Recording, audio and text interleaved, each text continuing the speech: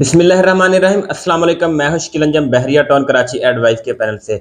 हमने अपनी पिछली वीडियो में आपको बताया कि कंस्ट्रक्शन की जो एनओसी है उससे पहले कौन कौन से स्टेप होते हैं, कौन कौन से डॉक्यूमेंट्स चाहिए, बहरिया के कौन कौन से एसओपीज हमें फॉलो करने पड़ते हैं। तो आज की हमारी वीडियो बनाने का मकसद है कि एनओसी जब कंस्ट्रक्शन की मिल जाती है तो उसके बाद कौन कौन से बहरिया के एसओपीज फॉलो करने पड़ते हैं कंस्ट्रक्शन के लिए। तो सबसे पहले हमें जब बहरिया एनओसी जारी कर देता है तो जो सबसे पहले और इम्पोर्टेंट बात ये है कि बहरिया ने पहले जो टाइम ड्यूरेशन था वो 18 मंथ था, अब बहरिया ने बढ़ा के 24 मंथ कर दिया है। यानी कि जब आपको एनओसी मिल जाती है तो कंप्लीशन सर्टिफिकेट तक आपके पास 24 महीने होते हैं। उस हिसाब से आपने इस टाइम ड्यूरेशन के दौरान आपने अपना विला कंप्लीट करना होता है। तो सबसे पहले मैं आपको बताऊं, जब हमें एनओसी मिल जाता है तो फिर मैं आपको बताऊं कि जो बहरिया का पोर्टल होता है उस पर हमें ये आईआर सबमिट करवानी होती है डिमार्केशन के लिए। तो बहरिया की टीम आती है, वो आके जो आपका प्लॉट साइज होता है वो उसको मेजरमेंट करके वहां पर आपको 4 निशान दे देती है, जिनको फॉलो करते हुए आपने उसकी एक्सीवेशन करनी होती है। जब आप एक्सीवेशन कंप्लीट कर लेते हैं तो आपने उसके ऊपर फिर जो है वो लीन डालनी होती है, जिसको हम कहते हैं कि कच्चा कर दिया। तो फिर दोबारा आपने बहरिया को आईआर सबमिट करवानी होती है डिमार्केशन के लिए।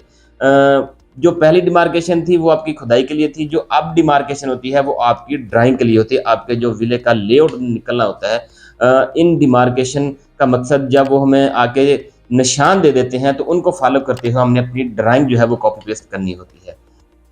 तो जब वो डिमार्केशन दे देते हैं तो हम ड्राइंग को फॉलो करते हुए, उन 4 निशानों को फॉलो करते हुए ड्राइंग जो हमने बनवाई होती है उनको कॉपी पेस्ट करना होता है। सबसे पहले फुटिंग होती है, उसके बाद जो दूसरा मरहला होता है वो होता है प्लंथ लेवल का। प्लंथ लेवल के बाद फिर बैक फिलिंग होती है। इसी तरह फर्स्ट ग्राउंड फ्लोर के ऊपर फिर हम कॉलम खड़े करते हैं, फिर चुनाई होती है, ग्राउंड फ्लोर की छत होती है। इसी तरह फर्स्ट फ्लोर के कॉलम, उसकी चुनाई, फिर फर्स्ट फ्लोर की छत, इसी तरह ऊपर पैरापेट वाल जो बकाया काम हुआ कंप्लीट हो जाते हैं। तो इसमें मैं आपको एक अहम बात बताता चलूँ, आपने अगर फुटिंग लगाई है, आपने स्टील डिज़ाइन मतलब इंस्टॉल किया है या शटरिंग लगा दी है, तो जब ये सारी चीज़ें कंप्लीट हो जाती हैं, पोरिंग से पहले आपने बहरिया को दोबारा मेल करनी होती है, यानी कि आईआर सबमिट करवानी होती है। तो बहरिया का नुमाइंदा जो इंजीनियर होता है, जिसने ड्राइंग बनाई होती है, और साइट इंस्पेक्टर होता है, साइट इंजीनियर होता है, ये तीनों बंदे आके इस चीज़ को देखते हैं कि क्या जो स्टील हमने डिज़ाइन किया था क्या उस हिसाब से इन्होंने इंस्टॉल किया है या नहीं।